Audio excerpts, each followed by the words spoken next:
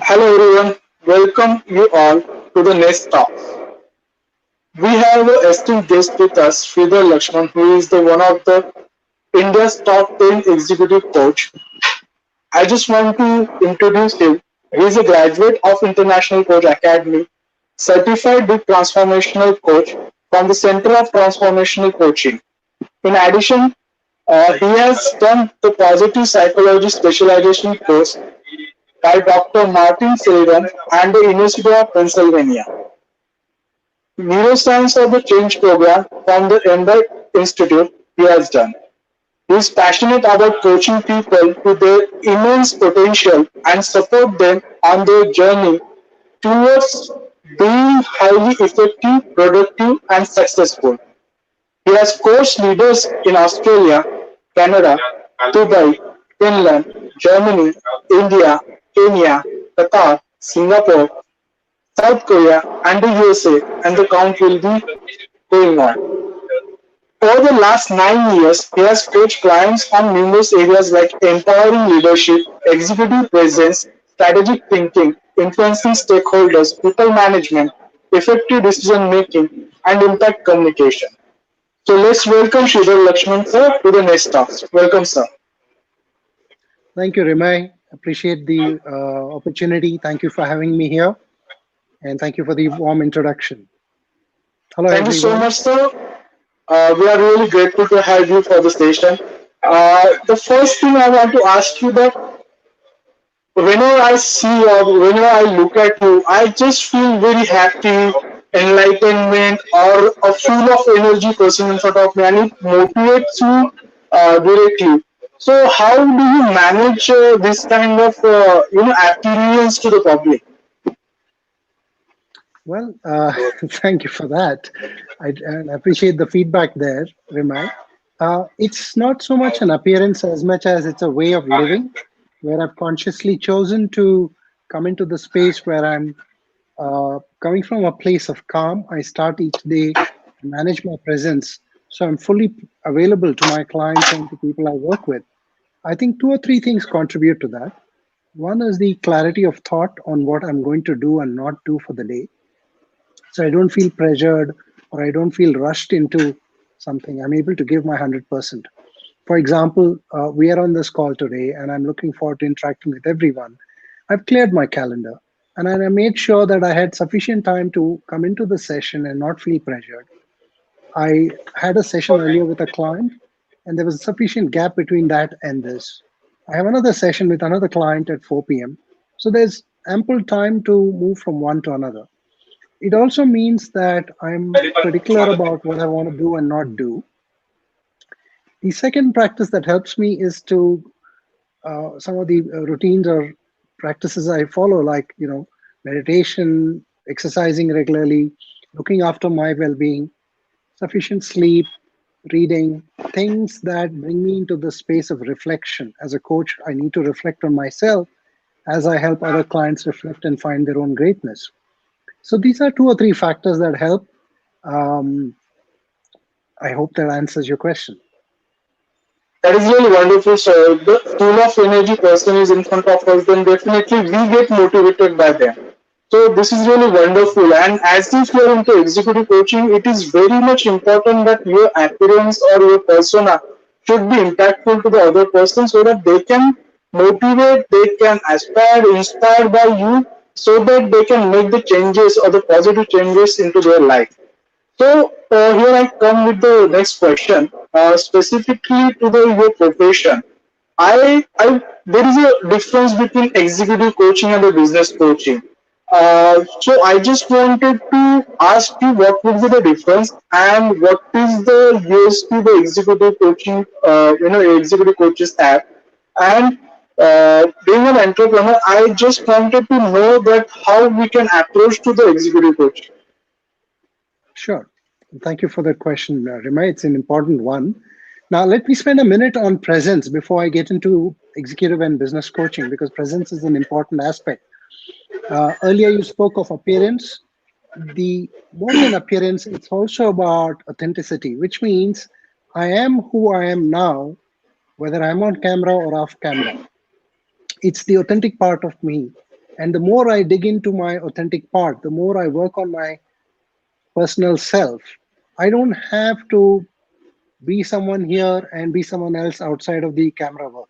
It's the same person, which means it's about working on myself, my clarity of thought, my state of being calm and collected through the day. And as a result, it's easy to flow into the same space whether I'm coaching a client, when I'm addressing entrepreneurs, or I'm attending to my family matters, or speaking to a friend. It's the same space. Do I get disturbed sometimes? I certainly do get disturbed. Emotions do rise up in me too, just like anybody else. The difference is I know how to manage them. Emotional intelligence is a key part there, and I manage it well. And I make sure that I'm attending to anything that may disturb me instead of letting it linger. So, just more to digress and clarify that point. Coming to coaching, executive coaching, business coaching, the key word here is coaching. Whether I'm coaching an executive or a business owner, the essence of it is this is about coaching. And when it comes to coaching, there's always a human being seated opposite me, and I'm coaching that person. He or she may be an executive in a large company, could be the CEO, managing director, or CFO, or chief operating officer, or any other designation. Or they could be a business owner of a small enterprise, medium enterprise, large enterprise. It's still the same human being that I'm coaching. And a human being has emotions, they have fears, they have ego, they have misplaced beliefs, they have limited thinking, they have some self doubt, they have dreams and aspirations. All of that is true for a human being, irrespective of what role they play, whether they're at home, whether they're at work, whether they're working in a company, whether they're running their own company. So the the principles of coaching are the same whether it's for business coaching or executive coaching, because we're coaching the person, not the title. Number one.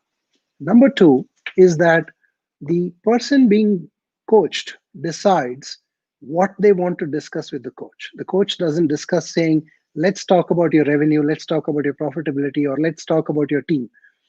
The client brings in saying, for example, Sridhar, I'm the owner of my company, and I've been running this firm for 4 years now, and I want to go to the next level. Now, as a coach, my work is to understand, what does next level look like? If you're at 100 crores today, do you want to go to 200 crores? Do you want to go to 500 crores? Do you want to go for 125 crores? When you say, I want to go to the next level, by when do you want to go? What are the things that will help you get there? What is likely to come in the way? What happens to you when you get to the next level? Why is it important to go to that next level? And notice, none of this is about either company or about the business. It's about the person, his or her dreams and aspirations, and what makes it important. That's where most of the work is.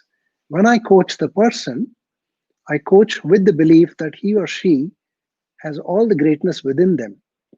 I don't have to bring greatness from outside, it's there within them. My work is to awaken it, to bring it to the surface so that they're able to get the best out of the potential. You spoke of yourself, Rime, whether it's you, whether anybody else listening in. The work is to find the greatness within ourselves and allow it to come up and use that enormous talent and potential and greatness to then go about doing things that really matter to us. So, just to mention it in brief, it's about coaching the person. When the individual brings in topics around business, then we work on the business. When they bring in topics around the company that they work for and the challenges they face there, we attend that too. However, the common link is it's always the person who's going through the journey. I hope that again gives you some insight into the difference between executive and business coaching. Absolutely, sir. It is really important to understand that the business coaching is different and the executive coaching is different. Executive coaching is specifically for the leaders who runs the business. Uh, I want to ask you a question that how you started your journey, means from where you started your journey, how you land up to executive coaching, and what was your all experience into the process. And definitely, I'm sure that you are exploring right now as well with the executive coaching. So, how was it? Sure. Well, in one word, it's been very fulfilling. It's been very, very fulfilling to do what I do, which is to wake up every morning and work with some leader or the other, helping them get to where they want to go. And to see that transformation happen in the person, session after session after session, is extremely fulfilling. I know they're putting in a lot of hard work. I know that there is talent and greatness within the person. And when I bring in the principles of coaching and work with these people, with the leaders, with the business owners, with the executives, to see them transition from who they are to who they want to be is extremely fulfilling. Now, how did I arrive here? I This is my 10th year running my own coaching practice. And over the last 9 years, I've been very fortunate to work with different companies, different leaders across different geographies. Um, Prior to starting my own coaching practice, I spent 20 years as a corporate executive. I worked for companies like Hewlett Packard, Times of India, Schneider Electric, Ogilvy Advertising, and things like that. Had a passion for coaching for a while. Like everybody else, I had to do the work on myself first. So in 2008, I remember engaging a coach in the US, and I worked with my coach for a year. It was a fascinating journey. It was a lovely journey. In that 1 year, I think I grew more as a person than I have in the last 20, 30 years. And I don't say this lightly. I owe a lot to who I am today to the coach who worked with me then. It was a transformational year for a couple of reasons. One, it helped me become highly self aware, aware about who I am, what my dreams and aspirations are, where am I coming in my own way, what are some fears that I've not expressed outside of myself, fears that I've not even acknowledged, what were some rules that I was operating by which was coming in my way, and how had I made these rules so rigid for myself. In a sense, that journey helped me free up myself. It helped me realize how much I was capable of doing. It also gave me the courage to say, I can reinvent myself at any time in my life. When I quit my corporate career in 2011, a lot of the executives and my peers and my colleagues, dear friends, told me, and they meant it well when they said this. They said, Sridhar, don't you think it's too late for you to start your entrepreneurship journey? You're 41 years, and I just turned 50. So, you know, you're 41 now, you're starting off. Are you sure you want to do this now? And of course, there was fear. Of course, there was doubt. Deep down, there was still that courage saying, my heart says this is the direction I want to go. And I remember telling my wife and my family members, give me 2 years. If this doesn't work, I'll go back and look for a job.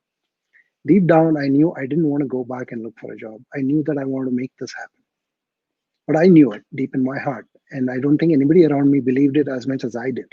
So that's the first thing that I want to bring up here, that understand what you deep down, what do you believe within you? What is that dream which or that belief deep down that doesn't go away? It starts as a tiny little voice, but it doesn't go away. It keeps telling you that this is where you want to be, this is where you want to go.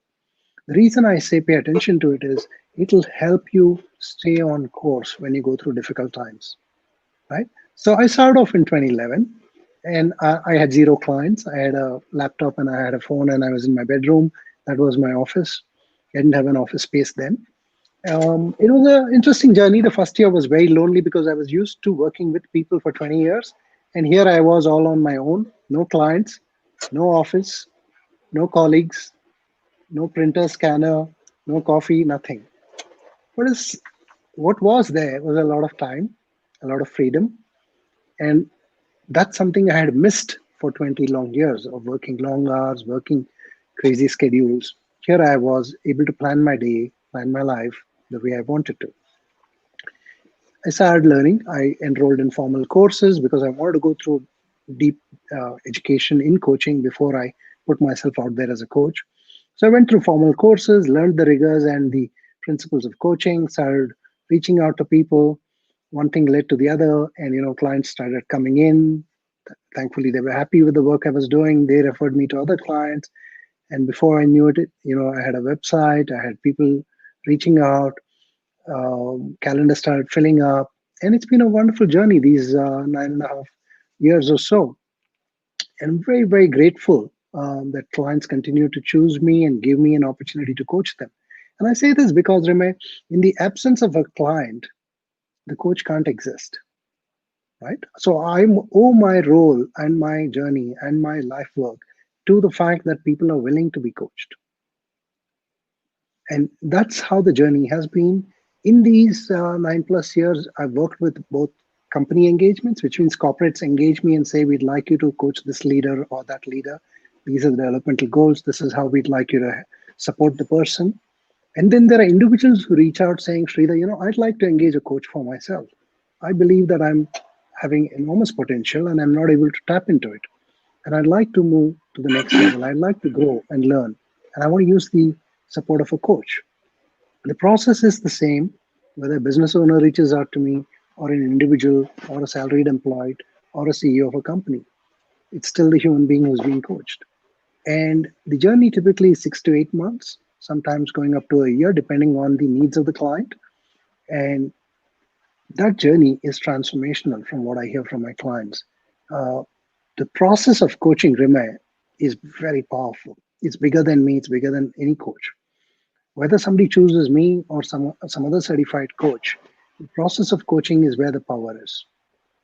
And by applying the process of coaching, we are able to support our clients to bring out the best in them. So that's been my journey, both as a coach and as a corporate executive. I believe I'm fortunate enough to combine both the 20 years of corporate experience, the 10 years of coaching experience to serve my clients in the best way possible. I'm both an entrepreneur and a corporate executive. So learnings from both fields are helping me support my clients. Any questions around that, Rime?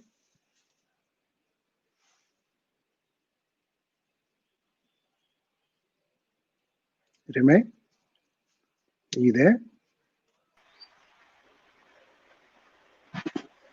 Hey, Rime, did I lose you for a Yeah, second? sorry. Yeah, actually. Yeah, I was with you actually. That you have explained the journey and everything. I want to highlight few points. One is the quitting the corporate job. Was that a challenge for you? Because it is very much important at certain stage or at certain age also that taking such kind of decision could be a risk or could be an opportunity, you can say. And it completely comes to your next statement, believe in yourself. That was the highlighted point which I got from your speech. That believe in yourself, that will definitely work for you.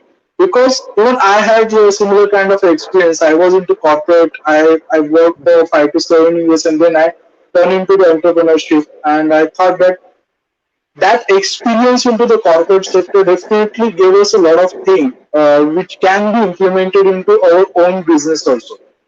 And the thing is that it is very much important when you are taking such kind of decision. You need to understand what are the risks involved into that complete situation, or what would be the prospective, as we say, the ROI would be if you are investing your time, efforts, whatever the risk factor you are covering into that. That would be a very much important thing. So, what ignited you to stick with this thing? One. Second thing is that what are the challenges that you face? Because that is the most important factor when entrepreneurs gets back. You know, everyone wants to get successful. Everyone wants to grow financially, you can say, or everyone wants to get the fame out of it, or anything it might be. There are different kind of uh, different kind of expectations from their life. Every individual have different kind of. So what was it for you? Okay, and what are the challenges which has been faced by you, and how you worked on those challenges? Wonderful. Yeah. So let me start with the word risk that you spoke of. Risk is there every day in everything we do, Rime. And I think the faster we understand and accept it, the better it serves us. What do I mean by this? Let's say that I told you that I quit when I was 41. I quit my corporate life when I was 41 to start my coaching practice. Let's change this and let's imagine that I was 27 years old As of 2019 June or September 2019, okay, a year ago. And let's say I'm full of energy, excitement, just starting my career, and I quit my corporate life at that time, and I decide to become a coach. 3 months later, COVID comes around, changes our world upside down. Doesn't matter how young or old I am, COVID is still there. It impact of COVID is there even today, and probably will continue for a while, right? Now, these are once in a, as they call a once in a century kind of black swan events, but it's one such event which changes our life. So the point I want to make is my learning by being on this planet for 50 years is it doesn't matter how young or old you are, you start when you feel you're ready, provided you're willing to face the consequences of your actions, both good and not so good consequences. What do I mean by that? When I started off, I had a corporate career of 20 years. I had a brand equity. People knew me in the industry. I was getting roles. I was getting paid. There was a setup in place. There were teams of people to work with. When I started off on my own, there was no guarantee that there would be income month after month after month. So my first learning has been in these 9 years to get out of the mindset of expecting revenue to be the same every month. Rather, look at the revenues on an annual basis. Some months, lots of clients will sign up. Some months, nobody will sign up as a coach. Some months, a lot of clients will pay me. Some months, no client will pay me. Now, if I start looking at it on a monthly basis, I'm going to have stress and blood pressure. But if I look at my annual targets and plan by keeping some savings aside for certain months when I know the money is not going to come in, and it takes the pressure off me. So that's the learning from a planning the business and revenue perspective. The second is there is never a time when you can sit back and say, this year has been good, let me take it a bit easy. Next year I can sail through first 3 months because I have a decent pipeline. Because you don't know what's going to come after those 3 months, right? So it's this is not to make you work longer or harder. It is to plan better and saying, keep digging, keep moving ahead. Even if your pipeline is full, keep prospecting, getting more inquiries. You don't know how uncertain things can be in the future. You don't have to come from a place of fear. You have to come from a place of preparedness. So if my calendar is full, I will still prospect and get clients and tell them, hey, I know that you want to work with me. I'm not available till October 10th. How about we start from the 15th of October? How about we start from November? Right? So you have to keep building the pipeline. And at some point, you will grow, you will bring more people in, you can expand too. But it's important that you don't sit back on your laurels and say, this is it. You spoke a lot of wonderful things about me and praised me for some of my achievements. I have made it a conscious decision saying that I will not let any of that get to my head. I don't go after rankings. I don't enter award shows. I don't pay for any awards. There are a lot of people reaching out saying, pay us 1 lakh, we'll give you this. I have consciously stayed away. My belief, Rimay, as a coach is that the client has to be in the spotlight. The role of a coach is to be behind the curtains. I'm not the one who wants to be on the stage. My client should be on the stage getting all the laurels they deserve. My work is done when my client reaches the stage. I don't need awards. I don't need, it's good to get awards. It's certainly good to hear wonderful feedback, but I'm not going to chase them. It doesn't become a goal for me. My goal is, am I serving my clients in the best way possible? Am I helping them be more successful? Am I helping them improve their business? Am I helping them be more profitable? Am I helping them become better leaders? That's the goal as a coach. So, what keeps me going, I think, is this passion for coaching. It doesn't feel like work. It's something that I believe now that is my purpose. And I'd like to stay with this for the rest of my life, as long as I'm capable of doing it. I want to continue to coach. I want to continue to learn about coaching, about human behavior, about neuroscience, about emotions, feelings, about the entire philosophy around how we interact with each other and what is it that we expect, what helps us get over fears, what helps us achieve so much in our lives. So this it's fascinating. Sometimes I feel one lifetime is not enough to learn. There's so much more to learn. So a love for learning keeps me going. The passion for coaching keeps me going, even in difficult times like this year, where it hasn't been easy compared to before. Um, the third, I think, is about hearing from clients what they're experiencing when they go through the coaching journey. To hear that how it has transformed their lives, how it's helped them become more calmer, more serene within, how it's helped them overcome their fears. And that's the part which is not so much logical and rational and from the head, it's more from the heart to hear those words from the clients. Because I know that when they go back home, they are a better parent, better husband, better son, better citizen in society, and a better professional at work. And that act of theirs is changing somebody else's life, and so on and so forth. The ripple effect of this is enormous. And that's what excites me about coaching, the process of coaching. So that's the journey. Those are my experiences. Happy to clarify or answer further if you'd like something.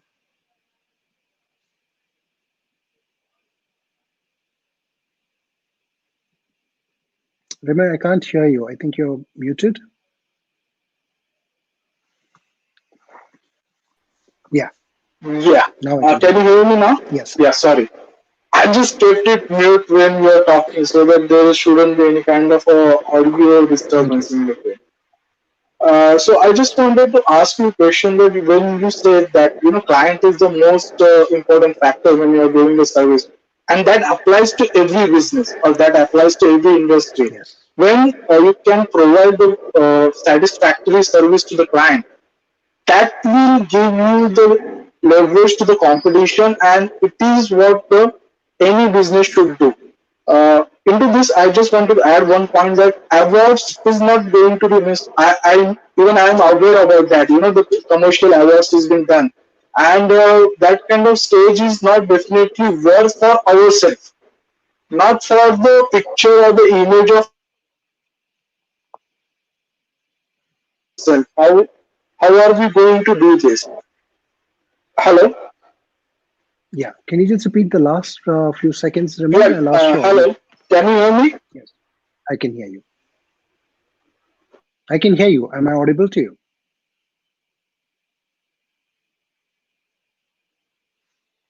Looks like Remy, we've lost you again.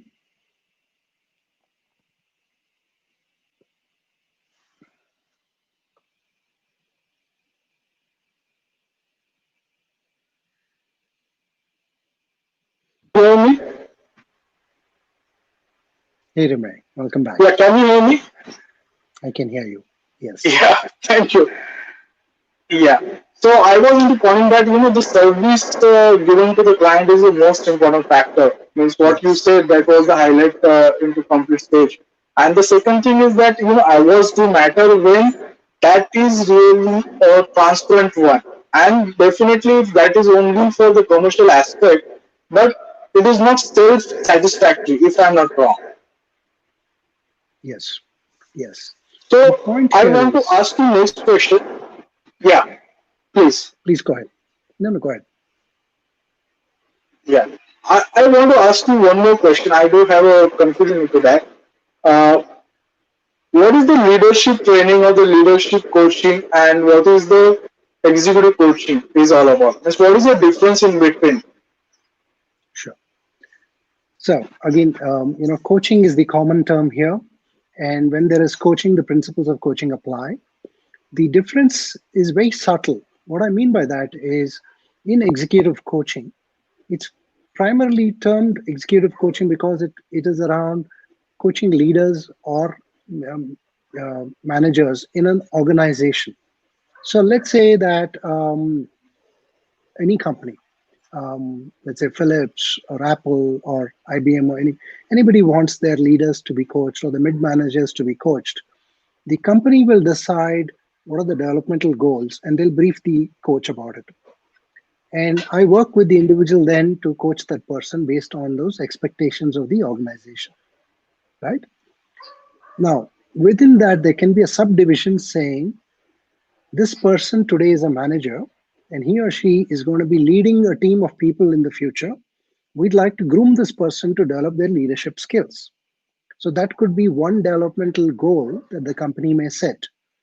So executive coaching is the umbrella under which there could be leadership coaching, there could be behavioral coaching, there could be managerial coaching, there could be productivity coaching, and so on and so forth. It all comes under the umbrella of executive coaching as long as it is being done for a corporate.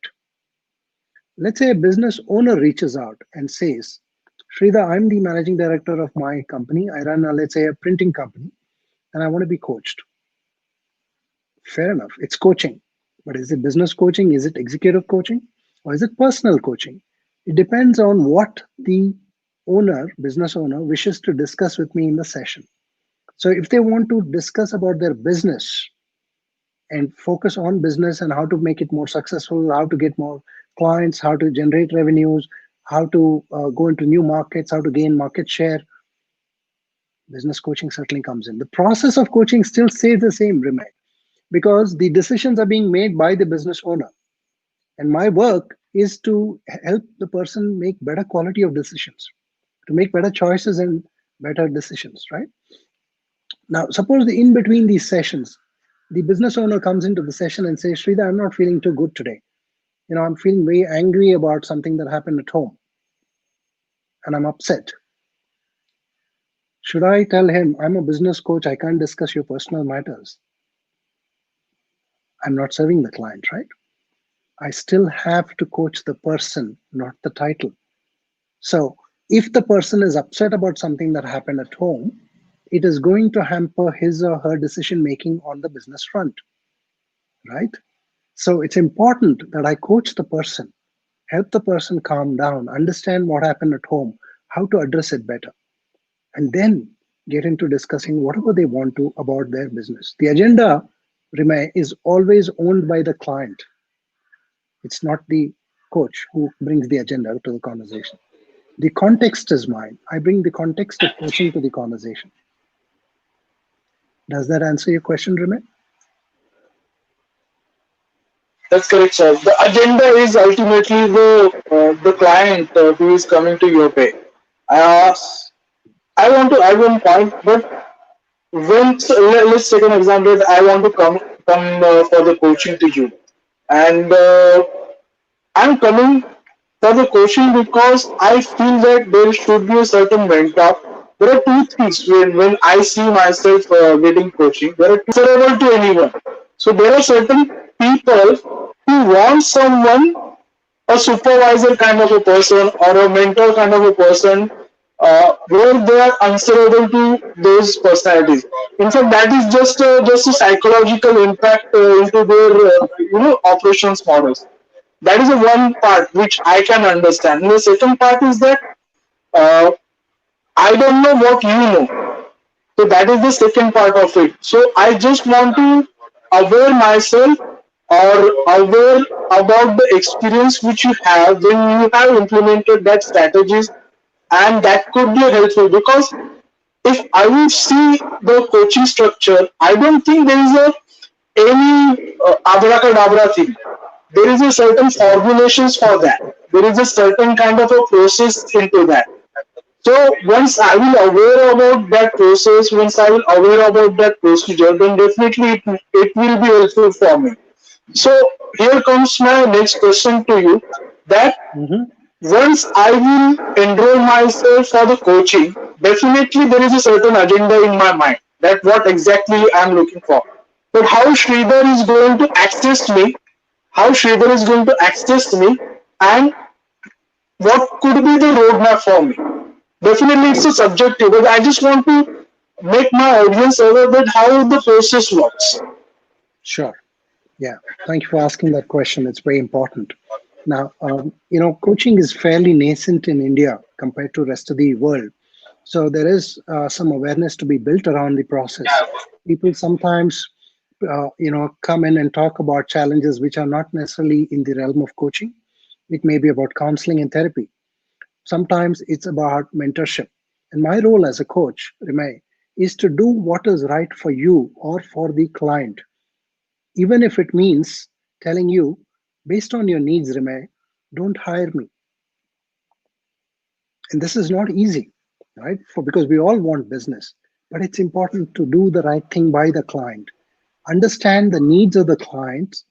If it is in the purview of coaching, serve them. If it's not in the purview of coaching, educate them on why it's not in the purview of coaching and point them in the right direction with their permission.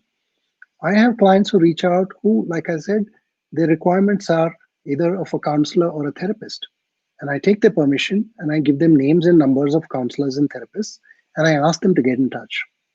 There are clients who reach out and say, I need hand holding, I need a lot of advice and guidance, and I want someone who's built a 100 crore company to be my coach.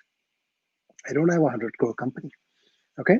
So, uh, can I coach the person? I can. But what are they asking me? I want tips, I want guidance, I want hand holding. As a coach, I offer none of them. So I would guide them towards a mentor who's been there, done that, and will show them the way. What I do in coaching is about helping the individual become aware, highly self-aware about themselves, understand what they need, what they don't need, understand how they're coming in their own way. And we all come in our own way, whether we like to acknowledge it or not. Understand how they're coming in their own way, find out how can they get out of their own way so that they're able to do what they love to do and what's important for them. How does the process work? It's over a period of time, right? As human beings, we find it hard to make changes, which is why we know resolutions don't work, New Year resolutions don't work. People who suddenly wake up and say, from tomorrow I'll do this or that, it's not sustainable. Why? Because these are deep rooted changes that have to happen. Whatever you do, however you think, however I think, a lot of it is based on how I've been brought up, the kind of parenting I've experienced, the schools I went to, the belief systems that I've been programmed into, the society I grew up in. So, given all of this, if you ask me for advice, who am I to give you advice, Ramay? I don't know any more than you.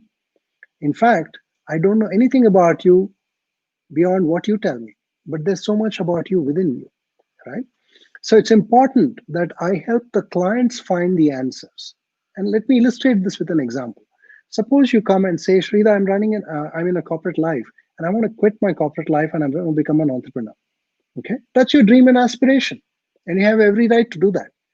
Now, imagine as a coach, if I've grown up in a family where there are no entrepreneurs, all my generations of, my father, grandfather, everybody has worked in a company, and we've all had fear about entrepreneurship. If I was to give you advice, that advice would be driven by this fear that entrepreneurship is risky. And I would tell you, Rime, think twice about it. Don't start an entrepreneurship. You're safer in a job. Now, imagine you decide to believe me and accept my advice because I carry this title called coach. So, in your head, I'm more aware and more knowledgeable, which is not necessarily true. And you make the decision based on what I tell you, which means you're sacrificing your dreams and aspirations for somebody else's so called expertise. And that may be the worst advice I could possibly give you.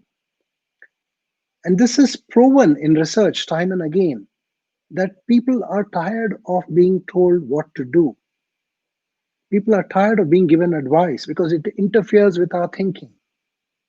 But when we are made to think for ourselves, we come up with the best answers for our well being, for our success, because it's based on the way we've grown up, not on how our coach has grown up. Okay. So my fears need not be translated into yours, and yours need not be translated into mine. So coaching stays in the space of not giving the clients answers. Then what do? We help them find the answers. Why is this important? When we don't interfere with their thinking and we instead expand it, they are able to think better. Number one. Number two, Remay, the coaching journey is for 6 to 8 months. It's not for life. So if I continue to give you advice and you continue to pay me, I'm getting richer by the day. What is happening to you? You're becoming more dependent on me, which is not healthy for you. Instead, as a coach, if I tell you, we're going to work for a short period of time, not forever, you pay me fees for that period of time. In the meantime, I will help you become highly independent, extremely confident, extremely clear in your thinking, and I will support you to overcome all your fears. By the time the journey is ended, you no longer have to look outside of yourself for support and help and advice. You will look inwards and say, I'm facing a situation. How do I cope with this better? I have a dream. How do I make this come to life? And that is sustainable because it's there within you for life, right? The third thing that happens there is you're no longer dependent on anyone. You're dependent only on self. And the day we take ownership for our lives, for our well being, and we take complete responsibility is the day the shift starts happening. Culturally, as a country, we have not encouraged our children to do things on their own. There are a lot of rules and regulations we set as parents and society. We ask them to follow without questioning it because our ego comes in the way. How dare you ask me when I'm telling you to do something? Why did you do it? Right? But then, if we were to allow them to think for themselves, imagine the kind of society we would create if people were grooming children to be more independent by the time they're 18 or 20, 21. We don't need to support them. They will go make their mistakes in the world, they will learn from it, and they will get stronger because we are not going to be there to support them all our lives. In the same way, as an entrepreneur, my work is to, as a coach, when I work with entrepreneurs, my work is to help the entrepreneur become extremely independent, to learn to trust their thinking and their decisions, to not allow fear to cloud their thinking. Because entrepreneurship is a lot of hard work. And it's important that I and you and every entrepreneur feels absolutely comfortable with who we are and confident in our abilities. Because from that position of strength, we can then go and serve our clients better and do incredible things.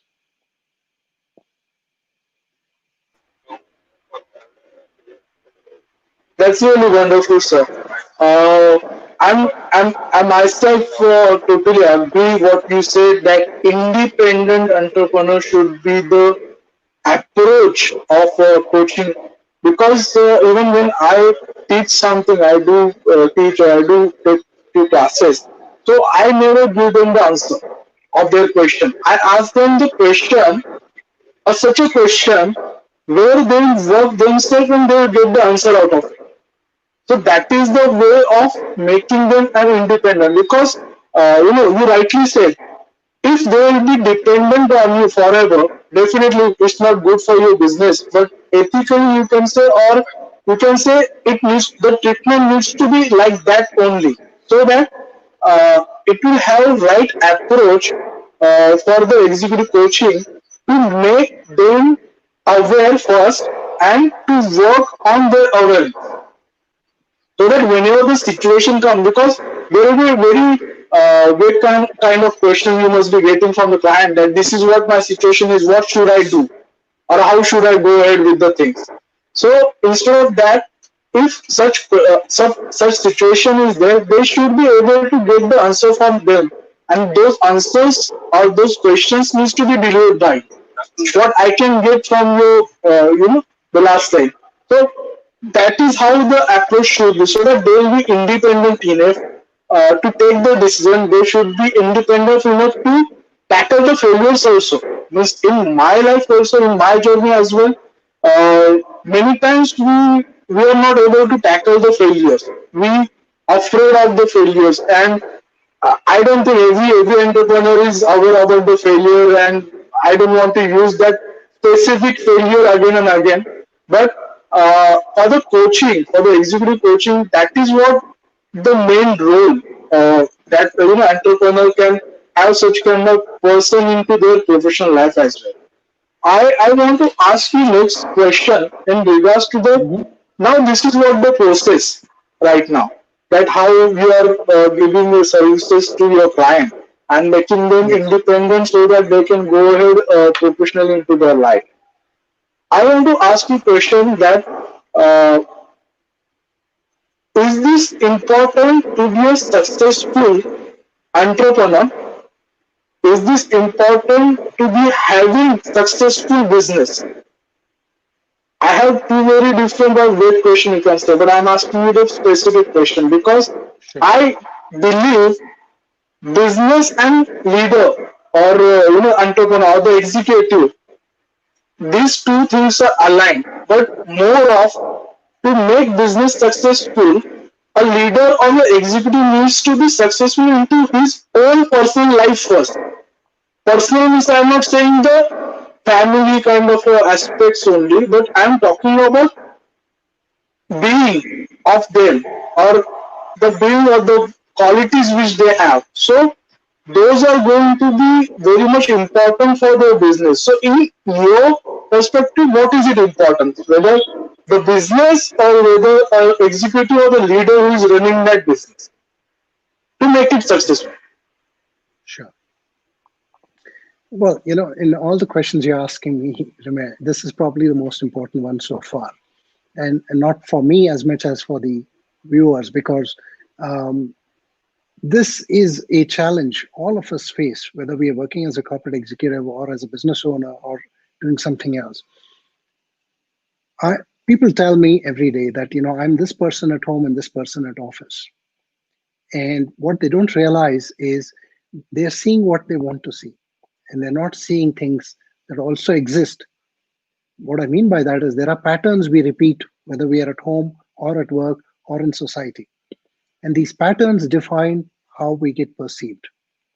So it's important for me as an entrepreneur to be authentic. If I'm going to teach my clients to trust their clients, and if I don't trust my clients, I'm faking it. And how long will it last? It won't last, right? In India, if you notice, probably in other parts of the world too, in every bill, there is a statement which says, and this is something which I've not liked as from the time I was a child. It says, goods once sold cannot be taken back or exchanged. The fundamental premise behind the statement is I don't trust my customers, because once they take it from me, they should not be able to return it because I've got the money. And I'm challenging you as an entrepreneur and everybody who's listening.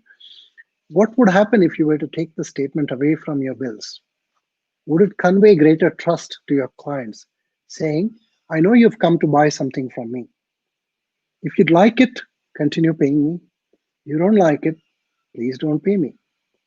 Come back and return it. Of course, because of legal considerations, there may be some terms and conditions you might bring in, which says that it has to be in this condition by this day, not because you want to, lock the customer out, but because you want to ensure it's a fair trade both sides. Okay, suppose you pay tax on the money you've collected from the client, you may not be able to return that tax. The government may have taken the tax from you, you may not be able to return it. So you may be able to return only that much money, less the tax. So the point I'm trying to make is I think the first part is being authentic. If I work on myself, if I'm calm and collected, if I learn to manage my emotions, if I learn to be productive, if I learn to handle defeat and dejection and rejection, then I'm emerging stronger. And when I teach my clients that, when I coach my clients how to do that, beyond what I say, they will pick up a certain energy which conveys to them that I'm being authentic, that he is standing by what he says. He's not two faced. And whether you like it or not, whether I like it or not, Remay, everyone is able to perceive our true intentions because we have that intuitive power within us. We are able to pick up if somebody is being truthful or not, if they're being genuine or not. So it's important that we work on ourselves first. Our authenticity, our genuineness, our growth, our success has to be done first before we can bring it into the business. Because imagine, and this has happened with some entrepreneurs I've coached in the past. There was an entrepreneur who came and engaged me as a coach. And when the session started, he had a long list of complaints about his employees. They don't turn up on time. I see them on Facebook or on some other social media when they're at work. Their phones are constantly buzzing. They keep taking personal calls. They go for long lunch breaks. I've tried telling them not to do it. They're not changing their behavior. I heard him out as a coach and I said, I'd like to hear a little about you. What time do you come to work? Tell me about your schedule. How many hours do you spend at work? When do you go to lunch? When do you come back? What websites do you usually surf? How often does your phone ring? Do you have notifications for SMS, for WhatsApp? By the time we finished that conversation, I didn't have to tell the client anything. The client had a lot to tell me, saying, Sridhar, I've never sat down and reflected on this, but I know where I'm going wrong. My team members are just following what I do. I'm walking in at 11 a.m. I'm going for long lunch breaks. My phone keeps ringing. I have SMS notifications. So when my team members are talking with me in a meeting, I'm looking at my phone. My wife calls me, someone else calls me. Most of them are not important, critical emergency calls. They're just casual conversations. And I'm not setting this boundary. And as a result, my team members are blindly following what I do. Why? Because that's the nature of leadership and followership. We follow our leaders because we believe deep down that they know more than us. What they're doing is right, and I must do that in order to be like them. Even if what they're doing is not right, I will follow it. That's the power of leadership. So it's important for us as entrepreneurs to first begin with ourselves. We work on ourselves. We develop habits and thinking patterns which are helpful to us and to those around us. So if I'm telling my clients that I will be fully present with you in the session, then I must ensure that my mind is not cluttered with 20,000 thoughts. How does that work for me? I don't do more than 2 sessions in a day, max three. That way, I'm able to keep my attention focused, which means I'm not doing sessions back to back. Now, what does that mean from a business point of view? It may mean that I don't fill up my calendar as much as I'm capable of filling up. And it's a call saying my revenues will be lesser because I'm choosing to do only 2 or 3 sessions a day. However, the impact of these 2, 3 sessions is so powerful that these clients are going to go back and refer other clients to me. They're going to be happy with the experience. They're going to be very fulfilled. They're going to achieve more. So it's a call we have to take in how we want to show up for our teams, for our business, for our prospects, for our clients, for our vendors. How do we treat them? Do we treat them with dignity? Do we treat them with integrity? Do we keep our word? And equally, do we do that with ourselves? Right? So I would say it's interlinked, Rime. When I work on myself, I'm doing it to serve my own needs, and it's helping me serve the needs of others better. When I sleep well at night, when I meditate, when I exercise, it takes care of my well being and it gives me the energy I need to serve my clients well in coaching sessions. So it's interrelated. We are all interdependent. One cannot exist in the absence of the other. If there is no client, there is no coach. If there's no RIMAY doing the session, there's no Sridhar having an opportunity to speak and to share my experience. We are all interdependent. The day we realize this, we will treat people better than we are treating them. I had this, if I may take a minute, I had this lovely insight when I read a book from a Buddhist monk, and he gave this example saying, when you look at a flower and you admire the beauty of the flower because it's so beautiful and it's captivating, understand what made the flower so beautiful. It is the stem on which the flower is able to support itself. It's the nutrition that has come through the stem of the plant to the flower. Where did that nutrition come from? It came from the soil, right? So the plant flower needs the stem as much as it needs the soil. And what makes the soil fertile?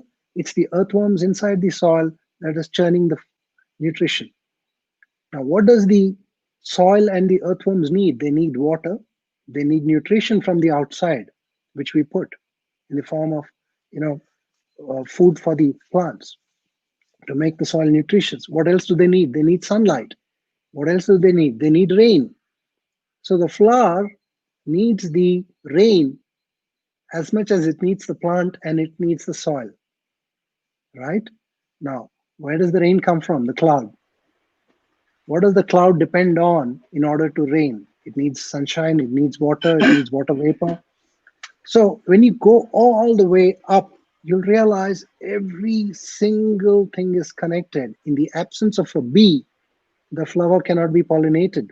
So the flower depends on the bee as much as the bee depends on the flower. And when you go start connecting, you'll realize, Rime, nothing is independent of itself.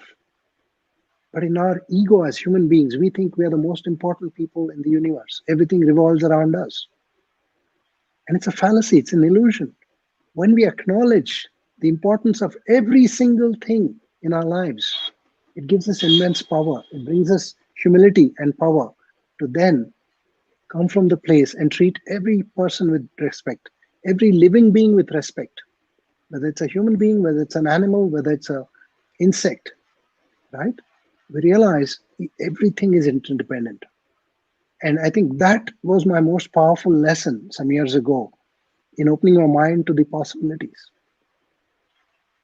So I hope that kind of adds a little more context to what I've shared so far. Yeah, that's correct. In fact, you said, Miss, I'll just make it very simple statement that all the ingredients into the recipe needs to be there, which will make it happen, if I'm not wrong. So everything is interlinked and everything Yes, has its important role to yes, make that objective to the action. So absolutely. all small things, every ingredient and everything is going to be give you that kind of a taste or give you that kind of a the attractiveness to that particular thing. So everything has a specific role to be played, and that role needs to be understood and that needs to be worked on so that we can get the objective done. So that is really wonderful example you have given me regarding the flower, stem and the soil and sunlight and the complete circle. If anything fails in between, then definitely it is going to affect the flower. So that is Yes, the really wonderful example. yes. And just So to bring in greater clarity in our ask you that you conversation, have, Rimay, sorry, may I just add yeah, just one more statement to that? yes, yes, We also have to understand that the flower that we see in the morning, which is so beautiful and we admire, by evening it droops. By next morning it's on the floor of the house or on the floor of the garden, right? What do we say when we right. see that on the ground? We don't say it's a flower. We call it garbage. We take it and we throw it away, right? So, why am I bringing this point up? Nothing is permanent. We're all going to go through this cycle of being important and not important. And if we allow our ego to be managed better by understanding that today I'm important, a lot of people are reaching out to me. Tomorrow I may be nobody. Nobody will acknowledge me. And it's okay. It doesn't make me lesser than who I am. It doesn't make somebody greater than me. It's just the cycle of life. Ups and downs will happen. COVID will come and go. Business will flourish someday. Business will come down someday. How am I showing up in this world every day, irrespective of what's happening around me? Am I being confident? Am I managing myself? Am I treating with people with respect and dignity? Am I being fair in my business transactions? Am I helping people succeed? Am I bringing out the best in me and in others? As long as we focus on that, the rest of the cycle will continue and we will go about doing what is right. Absolutely, sir. It's really well said by you. I want to ask you a question that you allotted me an hour's time. So, do you want me to extend or do you want to conclude? I would go with what your viewers feel is appropriate. If they want to have a few more minutes, I'm happy to extend. I've kept my calendar free Yeah. for another 20, 30 minutes just in case. So if you'd like to have some other So, questions, I'm I happy to answer them. have, yeah, there are 10 to 15 minutes more. We can go ahead. Uh, Sure, happy to do that. Yeah, actually, I'm just feeling like I'm not talking to the executive coach. I'm just feeling like I'm talking to the monk who has the enlightenment and a certain kind of a views over the life and how those views or that practices is going to be implemented into the business as well. And that clearly going to affect to every individual business and make it successful. And the practices which we do means you said rightly said that the transparency into the business or giving right service to the customer, there shouldn't be any kind of exploitation when you are getting the opportunity because you are seeing right now what's going on. There are certain business practices maybe taking the benefits out of the situation also. So as you rightly said, means being a coach, definitely being a coach that you must be having different kind of approaches by the entrepreneurs for their business also. But the right path is the way you said it, that transparency to the customer when you are doing a business, that needs to be a fair enough. Right? There has to be a certain kind of ethical part to your business. Then it is going to be retained, because in the last statement also you said that once you can do it, right, once you can get the customer, but retaining that customer is the most important factor for any kind of business, even mine, even yours. So retention of the client is completely depends upon your services and the way you have delivered those services to the customer.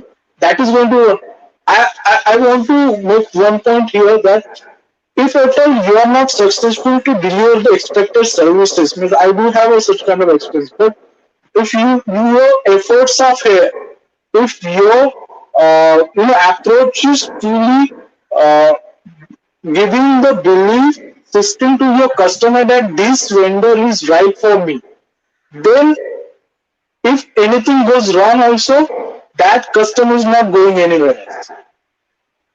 So that is the picture which you have shown it to me right now. I want to go ahead with the things that if suppose anybody is going to opt your services, then what is the process, how they can approach you, how they can contact you. Yeah, sure. So let me spend a minute on the points you raised here before I talk about how to reach me. Um, the simple formula for any interaction in business is value and money, right? There are two elements. Somebody parts with their money and expects the other person to part with value. Now, if you're the entrepreneur, or let's say if you're the client and I'm the entrepreneur, you part with your hard earned money and your time, your valuable time. And I, as a coach, must deliver value. The more value I deliver, greater will be the ROI for you on the money and time you've invested. When I understand this, my focus should be on delivering the value, nothing else. Okay. How do I do that? I get to be the best that I can be in my work. I study, I practice, practice, practice, and I come from a place of transparency, genuineness, and authenticity. What do? You honor the contract by saying, Sridhar, I promised you X amount of money as fees. I'm paying that. And you're telling me that in coaching, I need to take the actions. I'm going to take the actions that I've committed to you, which is being accountable to self and to your coach. When the value exchange meets or exceeds the amount of money being transferred, you will go back feeling fulfilled. Any business that you take today, in any line of work, the entrepreneur should focus on the value that he or she is bringing, which means they need to first become clear, what do I have to offer? How will it make a difference in my client's life? Until that clarity is not there, or until the clarity is achieved, is just grappling around trying to do something. So get clear about the value you're bringing to the client and how it's going to help or change the person's life, irrespective of what you have to offer. If you're selling iron ore today, understand what the client is going to do with the iron ore. Understand how you can make it valuable to the client. Can you make the ease of doing business with you better?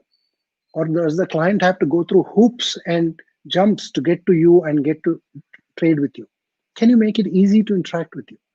Can you make it an experience which is pleasant for the person in the way the phone calls are attended, in the way the emails are replied, in the way the website welcomes them? Can you make it a joyful, interesting experience? There are many touch points we have with our clients. Can we enhance all of them? Okay. What about when there are disagreements? Can you make it in a manner where it's mature adults speaking to each other and resolving it in the best interests of both parties? So I think when you explore all the touch points we have with your clients as an entrepreneur, you will find many opportunities to enhance them. So that's the piece I wanted to share before how people can reach out. It's very simple. My website is www.sridharlaxman.com. If you go to Google and look me up, you'll find me. Go to my website, and there is a form there which asks you for your name, email, phone number, and what you want to work on with me. Reach out to me. You will get a reply in 24 to 48 hours from me. That's my promise to you. And then we'll set up a time to speak, what I call a discovery session. In the discovery session, I will try and understand what your coaching requirements are, and you will understand the process of coaching. At the end of that session, which is complimentary, you can go back deciding if you want to work with me or not. If I feel your needs are not coaching and something else, I will recommend you to other people. If I feel there is a better coach than me who can serve you, then I will recommend you to that coach. You can be rest assured that I will do what is right for you in my understanding of your requirements. So that's the way to approach me. Um, I hope what I've shared so far is of value to you and of some. I hope you found some insights. You're most welcome to connect with me on LinkedIn. Just look me up as Sridhar Laxman. I accept invites on LinkedIn. I'm not active on Facebook. I'm active on Twitter and LinkedIn. You're most welcome to reach out to me on either of them or both of them.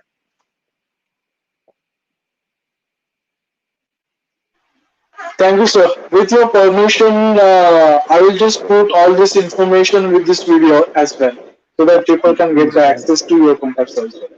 Certainly. I have two more questions to conclude with. One is that how Please. you explore the international market for the coaching, means how you acquire the international clients. This question is specifically from the one of the audience who is into coaching. So they want to get this idea that how you explore the opportunity to tap the overseas clients. Sure. Okay. So, let me answer that in two parts, Ramay. One is the national market, international markets are in our heads. What I mean by that is there are 7 billion people and growing in the planet. Each of them has needs. Now, if you have a service which can be offered to people around the world, irrespective of the nationality, gender, ethnicity, age, income, then the entire world is your market, right? Take an example of a toothbrush, somebody who makes toothbrush. Every person on the planet will have a use for a toothbrush and toothpaste.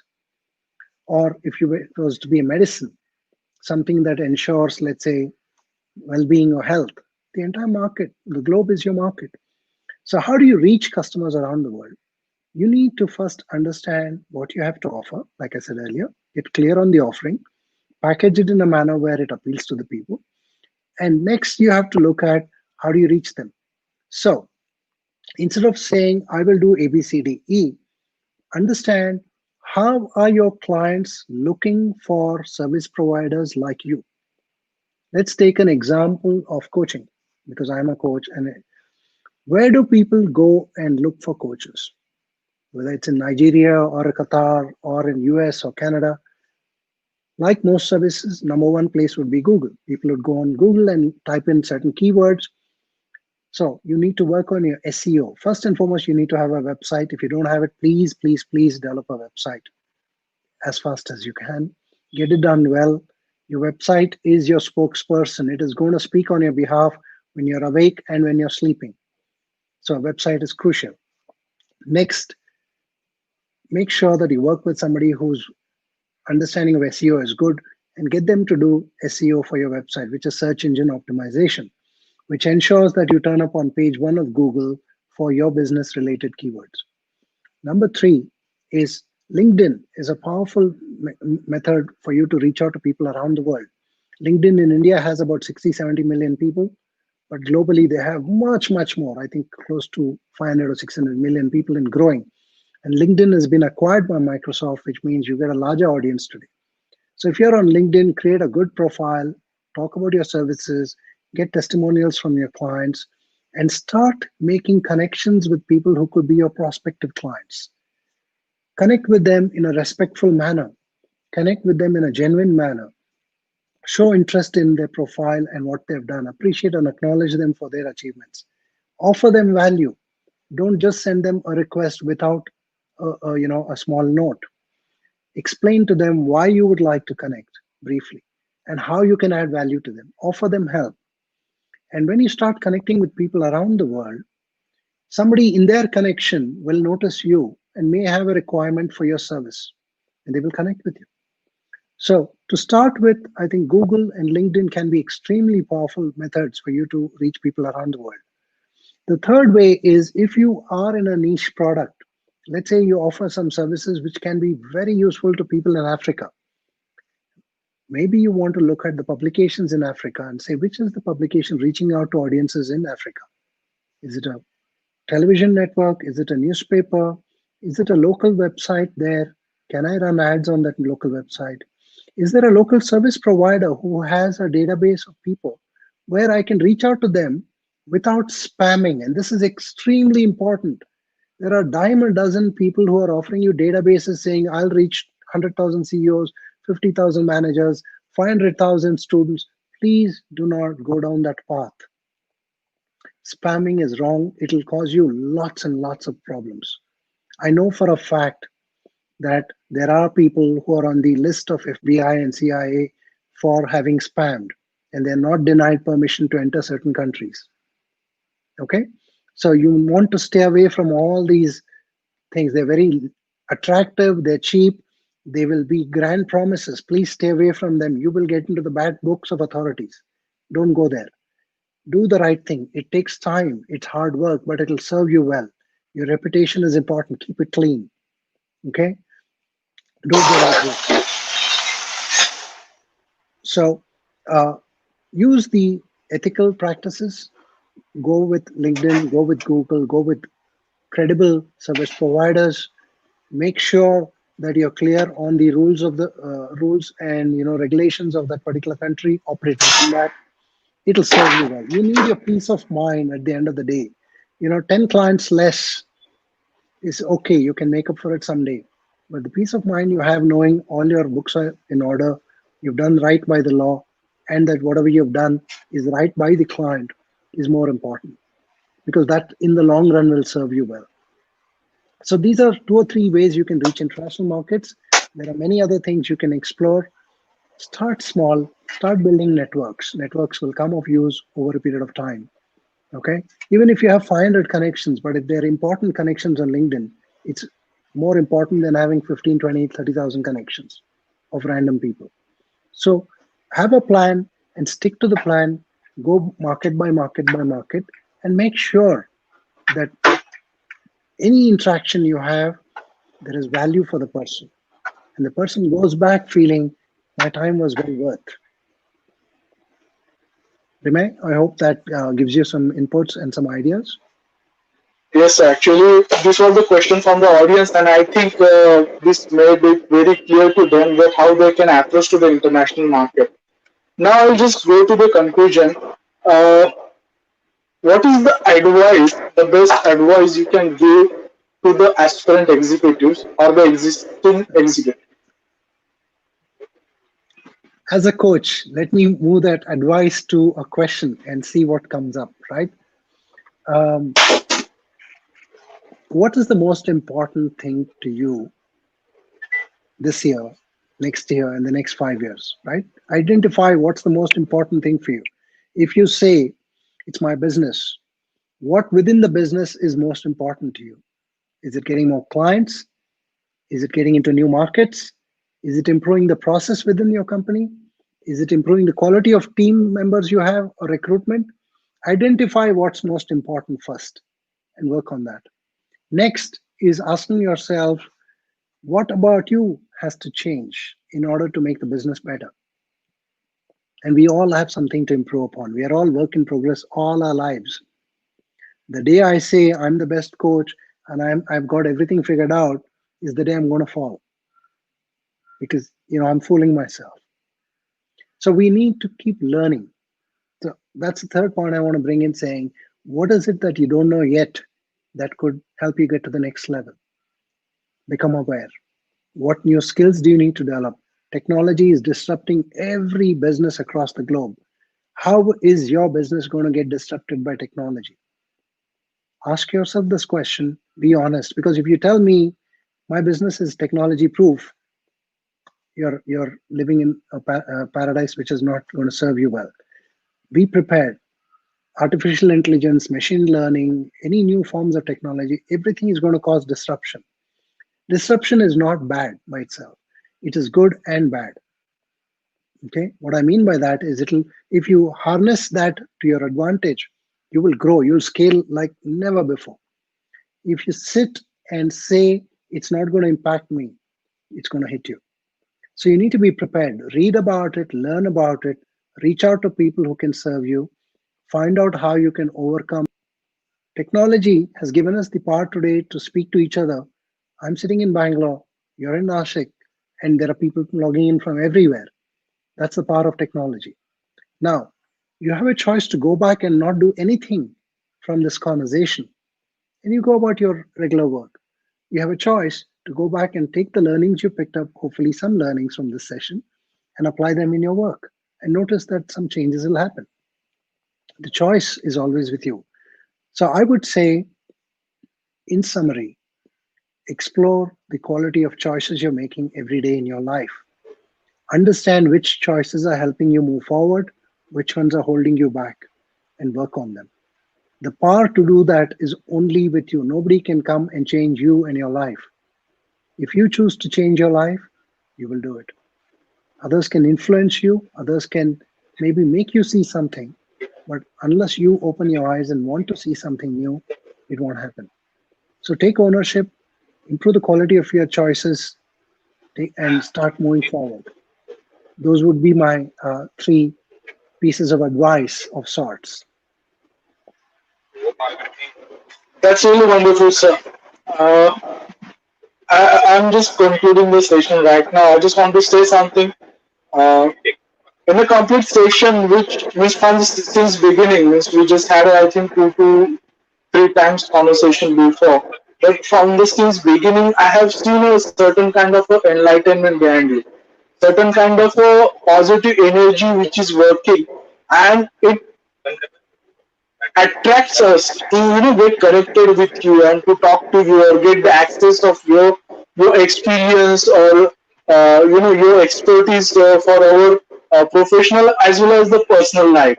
And when I'm saying particularly monk, but the monk with the business sense and the monk with the the true way of doing business. So that kind of coaching quality Sridhar Lakshman is having.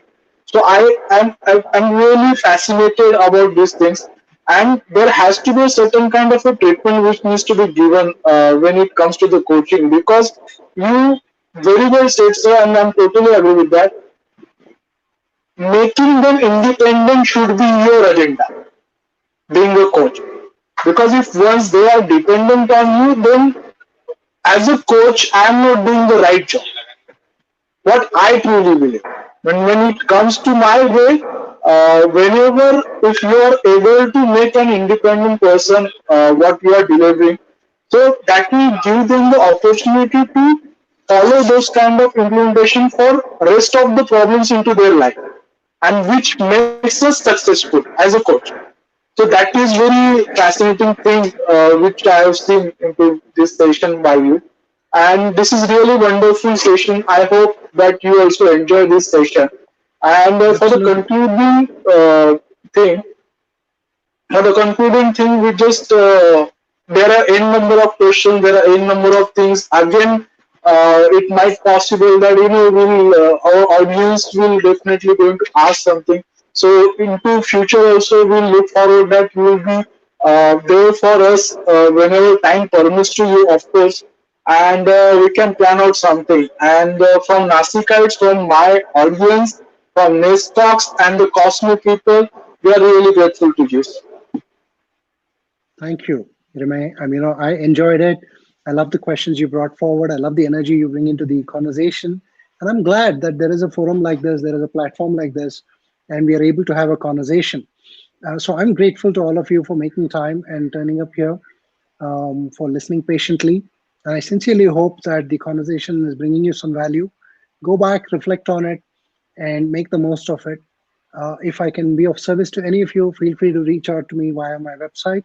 I'm happy to coach you. I coach people around the world, and I've coached a few clients in Nasik in the past, and I look forward to interacting. My fond memories of Nasik was when, as a child, my we were in Maharashtra for 5 years. My father was in LIC, and we were posted in Nagpur for 3 years, and Chandrapur for 3 years. Chandrapur probably is a big city now, but it was a small little town then, about I think 2 hours drive from Nagpur. And I remember going to Nasik once with my father in a car, and very vague memories. It's been many, many years. And I hopefully, when things get better, I will want to go and visit these places again just to relive my memory.